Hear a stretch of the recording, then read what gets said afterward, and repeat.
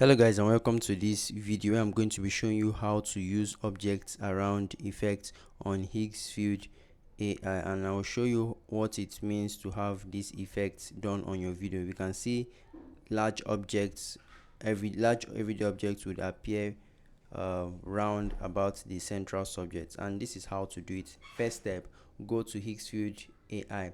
Now, in case you're wondering, Higgsfield AI is the best VFX website there is that allows you to create effects worth hundreds of thousands with a click of a button. All you have to do is go to higgsfield.ai. The second step is to click on visual effects. Third is to look for objects around effects. Click on it.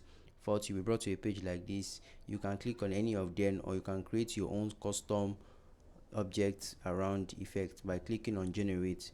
So once you click on generate, you'll be brought to a page like this, where all you have to do is to just upload your picture, describe what you would have rotate around, or what you would have on your video, and select your model.